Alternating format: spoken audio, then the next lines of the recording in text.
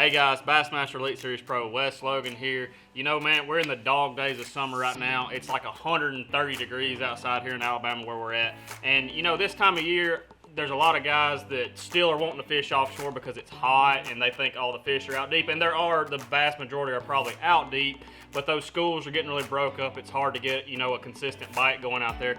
This is the time when I really like to, flip-flop and go extremely shallow even throughout the day, not even early in the morning. There's a misconception where you just fish shallow in the morning and then go out deep in the middle of the day. I like to flip that. I'll try and fish shallow the majority of the day in these August, September, early October months in the south, like I said, during our dog days of summer. I like to take a 1-2 step approach to that kind of. What I'll do is I'll get on that Minn Kota trolling motor, I'll put it on 7 or 8 and just burn down the bank.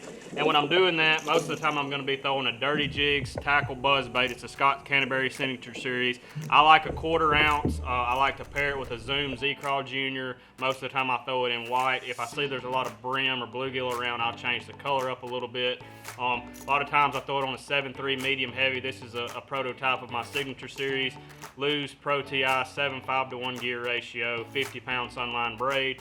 Just your real basic topwater setup with that. But this is going to be mainly covering a lot of water, not really focusing on shade as much with this buzz bait. Just if there's not a lot of cover on the bank is when I like the buzz bait.